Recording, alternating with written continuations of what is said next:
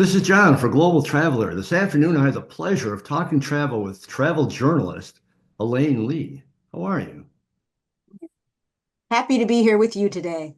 Well, I am happy too. Had I scheduled this better, it is Black History Month. It's a wonderful time to celebrate, and you certainly have contributed to history, Black history, and travel. Unfortunately, the interview is going to run after, but still, we could celebrate it year round. Yes. So, could you give us a little background of how you got involved in journalism or travel journalism? Yes. Thank you for that question. Yeah, I was a workaholic civil rights lawyer for like 15 years. And one of my colleagues had mercy on me and said, why don't you come visit me and my husband while we're in Paris? He has a 6 month sabbatical, and we have a lovely, huge apartment. You could have your own room, your own bathroom, and I'd be happy to cook for you. And I was like, oh, okay. Reluctantly, I went. But within hours, John, of arriving in Paris, I realized, oh my God, this is amazing. I love this feeling. I realized, I'm a typical American who lives to work instead of working to live like Sure. Europeans do. And after 3 weeks there, I decided to change my life and create a more balanced lifestyle. And I had met so many remarkable expats while I was in Paris that I said, I want to travel and see the world. And there's one guy that I met, he had two accordion pages attached to the back of his passport because he had run Wow. out of space. He had 54 stamps to Africa alone. And I was like, my passport has like three stamps in it. And I said, he has what I call a lifestyle. And I had like a death style because I was just working. Like I was busy, busy changing the world.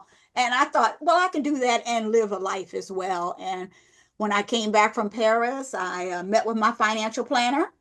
I was 38 at the time, and we figured by 40 I should be ready to semi-retire just for a few years and see the world if I just plan my finances just right. So we got a plan together, and I took my first trip around the world at age 40 and had such a magnificent time that I wanted to share that with other Black travelers for two reasons. One, I saw so few solo travelers on the road, Black solo travelers on the road.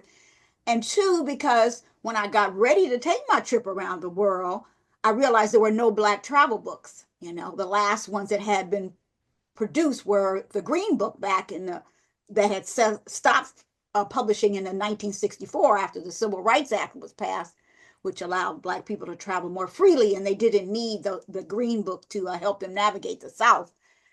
So I realized, so at the end of my trip, I thought, I love travel. I love writing. I, I think I'll become a travel writer. There's a need for Black travel literature. And yes, I found myself a mentor, joined the travel writing club, read travel writing books, took travel writing courses, and I got started. So that's a long answer to a short question. No, it's a perfect answer to the question. What do you love about travel? Well, I call it the music of my soul. And when I'm on the road, just so many miracles happen for me, so much magic. I learned early on that I think this is what I'm supposed to be doing because it's like the gods are smiling. The ancestors are so grateful to see me living this lifestyle. I love this quote by Maya Angelou. She says, I am the dream and the hope of the slave. This is what my ancestors wanted to be able to do to get free and travel. Probably for them, it was either going back to Africa or getting across the Mason-Dixon line. But whatever, they are thrilled with the fact that I'm seeing the world. And I just, I also call myself a global citizen. And I really love navigating the planet and being judged by my heart. So many places in the world, they don't care about the fact that I'm of African descent. What they care about is what kind of human being are you? And because I have a good heart, people can sense that. And then I just forged these remarkable relationships with people all over the world. And I think for African Americans, it's important to learn how to live without racism, because it's an incredible burden to bear. And part of why we have such shorter lifespans than whites. Part of it is that, it's a lot of pressure to live with racism in this pigmentocracy that we're a part of. And so I think travel is one way to just take that burden off for a while. The flip side of that too is I think it's important for African Americans to visit Africa at least one time, because I've been there 5 times now, and that first journey I realized that I got part of my soul back that I didn't know was missing. Wow. And I think that's a problem for a lot of African Americans. They don't even I know the full effect of what living in America has caused them, and having a slave background. So I realized, I realized going back to Africa that I was like an African that just happened to be from America. I was just so well received, and it was psychologically good for me to be in a majority culture. That has a whole psychic dimension that is healthy, I think, for African Americans to experience. So those are some of the wonders of travel for me. I've been to 70 countries now, 2 Wow. solo trips around the world. I'm living my best life. So you've kind of answered a little bit of it, but could you talk a little bit what makes travel different for Black people? Well, part of it, as I mentioned, is having experiencing life without racism. And so what that is like for me, like most places in the world, when I traveling outside the United States, when I go to a restaurant, I'm not just shuttled to the back by the bathroom. I'm treated as a first class citizen and giving, the best that they have to offer. I'm not followed in stores. People don't think I'm going to steal things. I is just such and as I had alluded to earlier, just this freedom, to be embraced as a human being. And also for me as a woman, I love the feeling of how women take care of each other. Since I travel alone a lot, and women, indigenous people, local people see that I'm alone, and they welcome me into their lives, into their communities, many times into their homes. Beautiful. It's No, just that's beautiful. it's just a remarkable experience. And I think another part is to see how much African American culture is appreciated throughout the world. I remember I was in the boonies in Ubud, Indonesia, and in Bali, and at this flea market, and they were playing Bob Marley songs at one end, and they were had Stevie Wonder at another booth somewhere. It's like, my goodness, look at these people celebrating African American and African diasporic culture. So that's elevating and edifying to see. You would never know the kind of impact that we have. I remember I was watching TV in Bangkok, Thailand, on a Saturday morning, and they had a breakdancing contest on Oh, TV. And I was like, oh my God, who would ever think breakdancing is popular, in Bangkok? But, I mean, at least for that small sure. group. But Well, that's that's just an awesome. example of like, oh, wow, we, have made an impression on the planet. And it's good to hear and see. Absolutely. No, you have a book, Go Girls, or I'm sorry, Go Girl, and you've got 52 stories in there from 52 women, obviously. And what have you learned through that? I mean, they're amazing women. They've all got amazing stories. I'm sure we could all learn a lot from them. What did you come away with from there? Well, one of the things is that meeting all these women, it was just such an honor, privilege, and delight. They're just fascinating people. I think international travelers are just tend to be interesting folks. I got this one letter from this man. He told me that he reads a story from the book every night to his 12-year-old daughter, because Oh, these are the kind of role models he wants for his daughter. Citizens of the world, women who are making their dreams come true, and not just, having pipe dreams, but making their dreams a reality. I find so meeting these women were exciting for me meeting, and as I was on book tour for my first book, I got a chance to meet a lot of them in person, and they joined me on the stage for different presentations. So, and many of them are still my friends to this day because I just found them interesting and fun. And also, all of the stories are told from an African American lens. It's not like a Black person going to Paris and like, oh, the Eiffel Tower is so beautiful. No, no, anybody can do that. What I want to know is what it was like for you as an African American, and just to experience, that unique experience. Sorry, that was not really clear, but to experience life through their eyes and through their African American lens and female lens, which is very unique, which reminds me of this book called When and Where I Enter. And it's about, learning to look at life through an African American female lens, because we're the most ostracized, the most devalued group in America. So we kind of have a unique way of navigating the planet, being third class citizens, and we see things uniquely. And so, uh, yeah, so I find that interesting. And some of the white people that have visited my presentations, they go, for them, they learned a lot because they had never thought of life that way, and they had never been in a minority. They had never been a minority in a majority culture, and Right. how they, you know, were able to learn more about African American life through these stories, and I find that as well. You just basically answered one of my next questions because Okay. now I haven't read the book. I'll be honest, I haven't read it yet.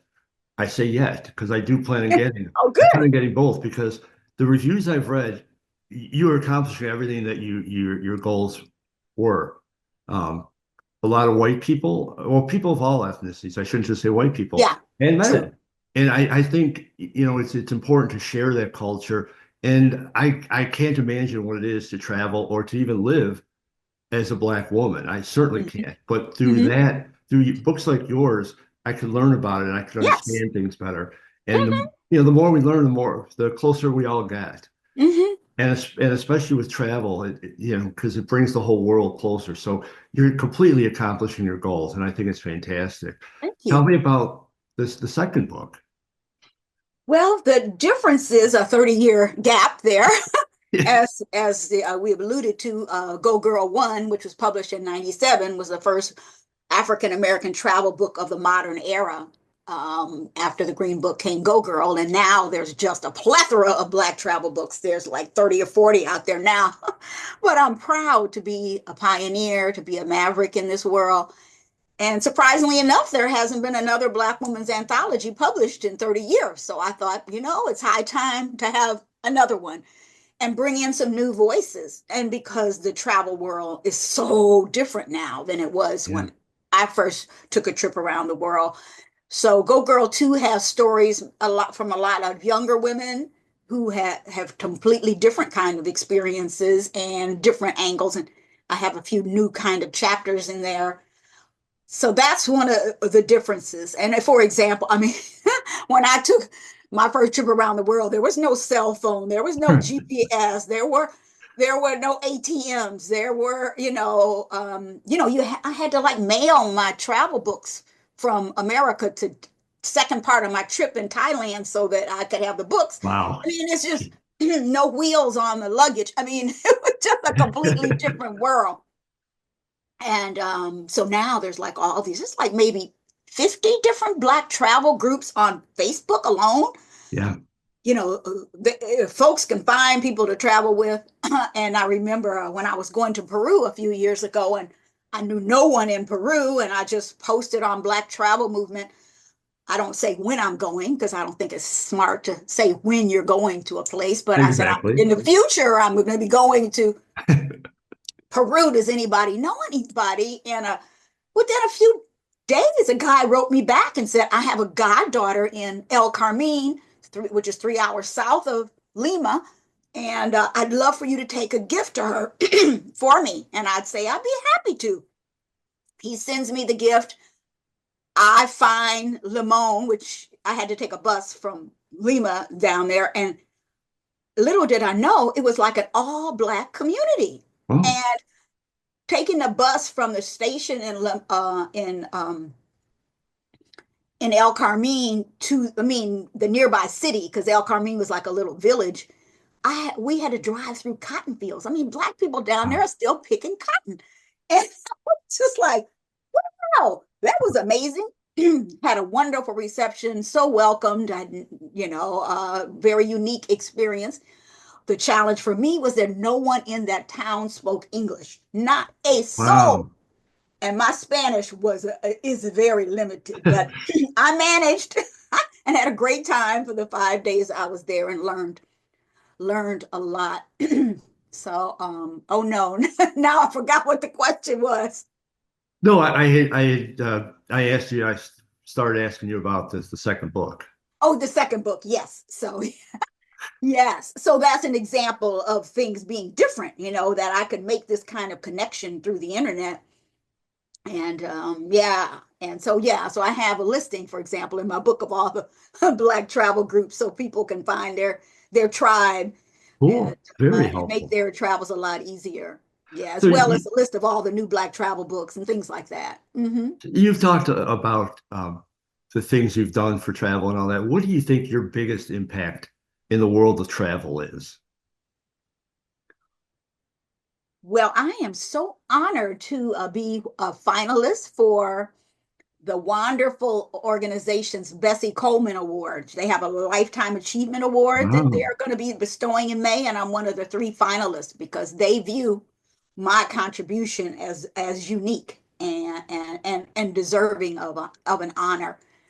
And so I think, as I've alluded to earlier, having the first Black travel book of the modern era, it is truly an honor to have that lifted up and praised, and for people to understand that perhaps I have something to do with this new burgeoning Black travel movement. you know, uh, Black people, when I started, probably only, maybe a few percent had passports, but now it's up to 20% of Black people have passports. And young people it's just a way of life for them. I mean, they are far enough away from slavery that they don't even have fear of travel, like Right.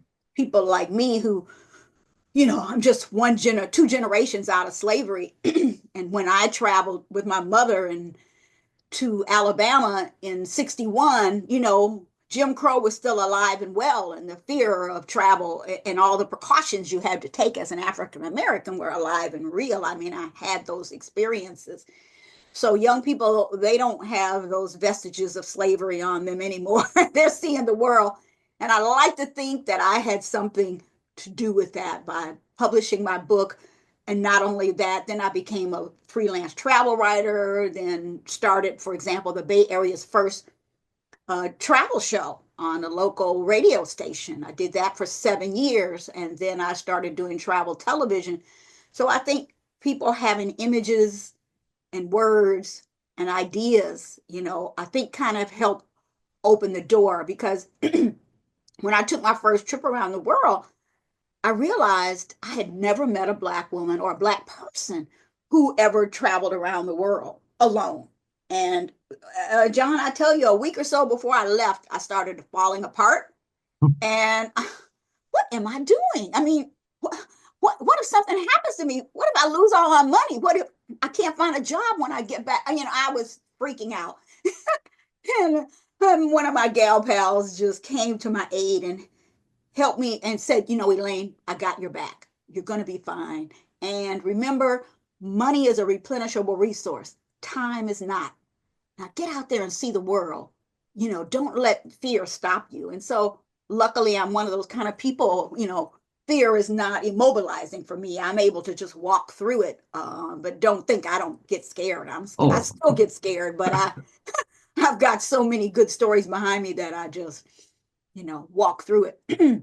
no, you're right. We all get scared. The important thing is, as you showed, to go through it to get to your goal. So what is next for you? Well, I'm so thrilled that I was able to just recently take a civil rights tour with the Rhodes Scholar Organization. And I just, as think I sent you an email earlier, they published one of Yep. my blogs, and we're exploring the possibility of me finding ways to work with that organization in the future.